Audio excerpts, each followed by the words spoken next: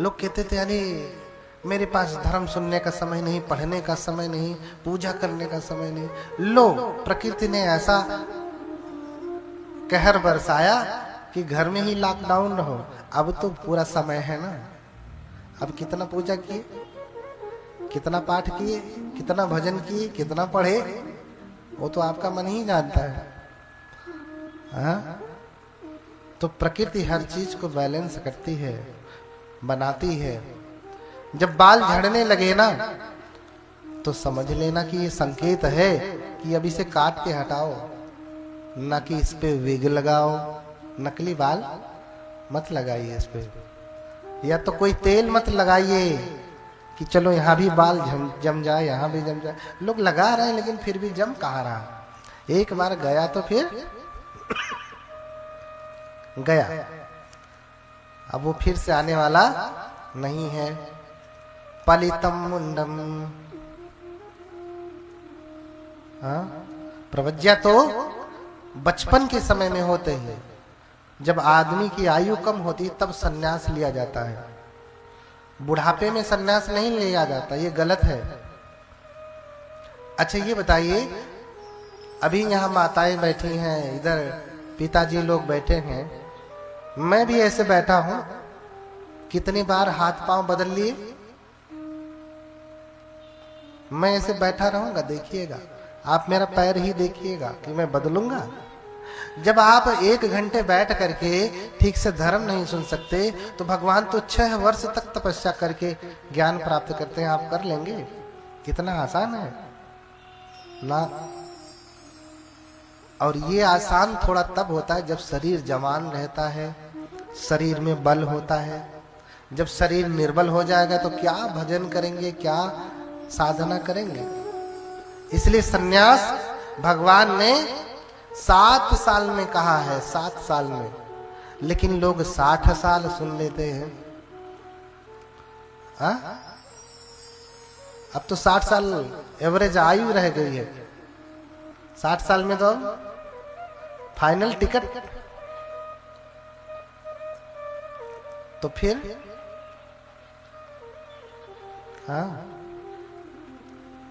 तो बाल झड़ गया, दांत टूट गए, वृद्धो याति गृहीत्वा दंडम। इतना ही नहीं, अंग अंग गल गया, बाल झड़ गया, दांत टूट गया, इतना बूढ़ा हो गया कि बुढ़ापे में वृद्धो याति गृहीत्वा दंडम।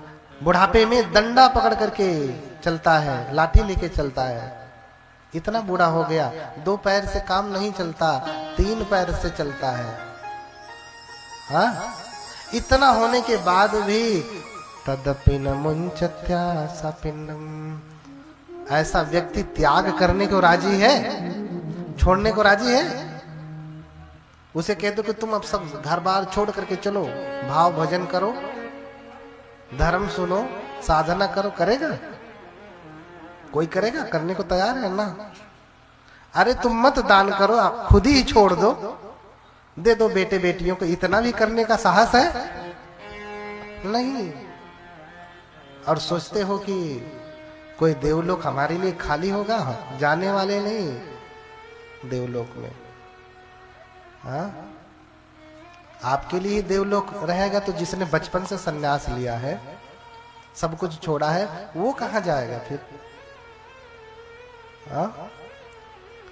इसलिए आपका थोड़ा थोड़ा पुण्य ये कथा का आयोजन करके आपको दिया जा रहा है कि सुनो, सुन करके थोड़ा पुण्य बढ़ाओ। अब पालन कर लिए तो कई गुना बढ़ जाएगा।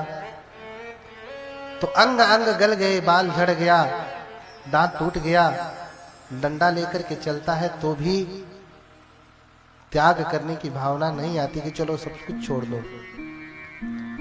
लेकिन सुमेध जो अभी बचपन में अभी बालक ही हैं, उनके मन में आता है कि इतनी संपत्ति मेरे माता पिता आदि लेकर के नहीं गए तो क्या मैं लेकर के जाऊंगा? ये तो यहीं रह जाएगा।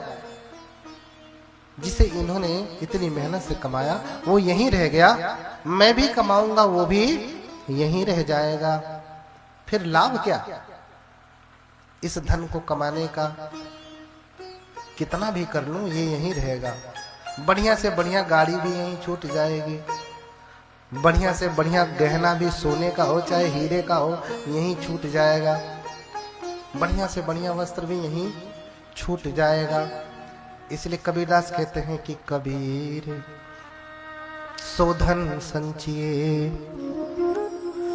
जो आगे को होए, शीस चढ़ाए पोटली ले जात न देखा कोई।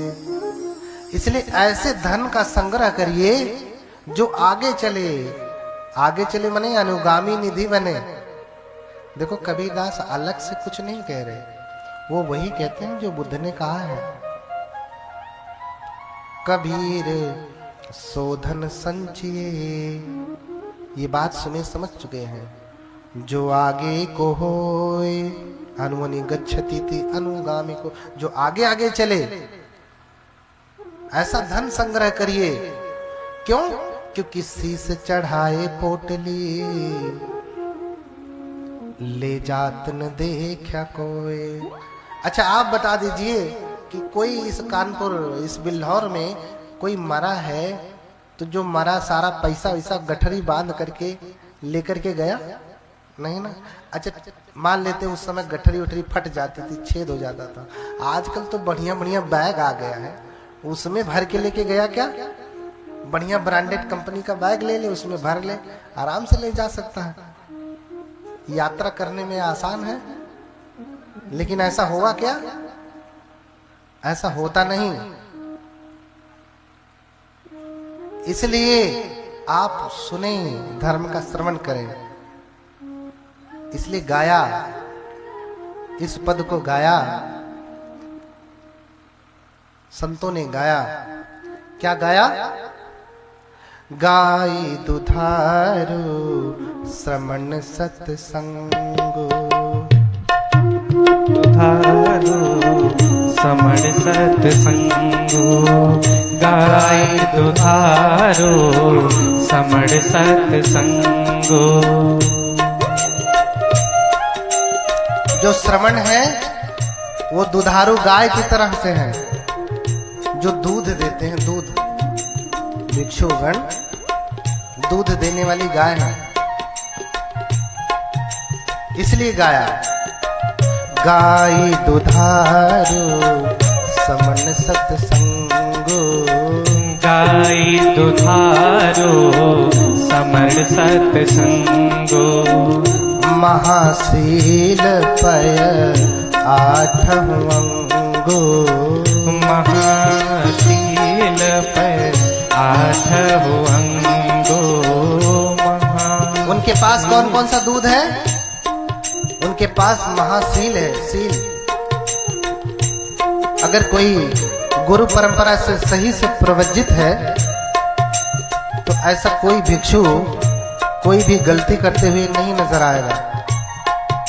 पूरे सीलों का पालन करता है और अष्टांगिक मार्ग पे चलता है।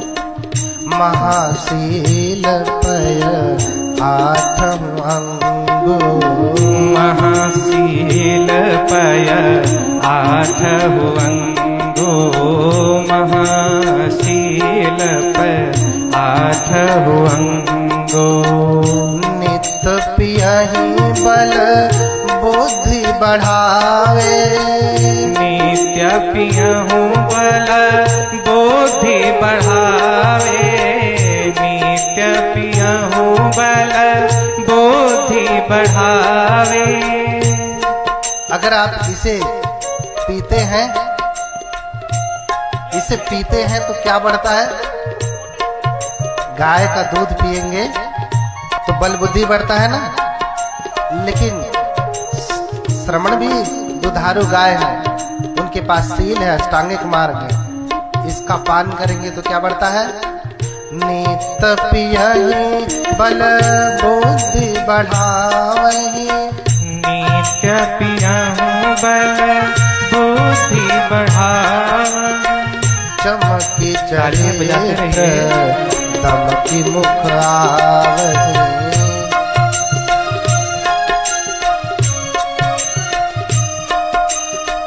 चमकी चरित्र दमकी मुख आवे। दमक चरित्र चमक मुख आवे। जो श्रमण है वो दुधारू गाय है। गाय का दूध पीते हैं तो बल बुद्धि सब बढ़ता है। हाँ, इतनी शक्ति, इतना सामर्थ्य गाय के दूध में है। ऐसे ही श्रमणों के दर्शन मात्र से कह रहे हैं कि चमक की चरित्र दमक की मुखावे। अगर श्रमणों की संगति करते हैं, उनका उपदेश सुनते हैं, तो आपके चरित्र में चमक आती है।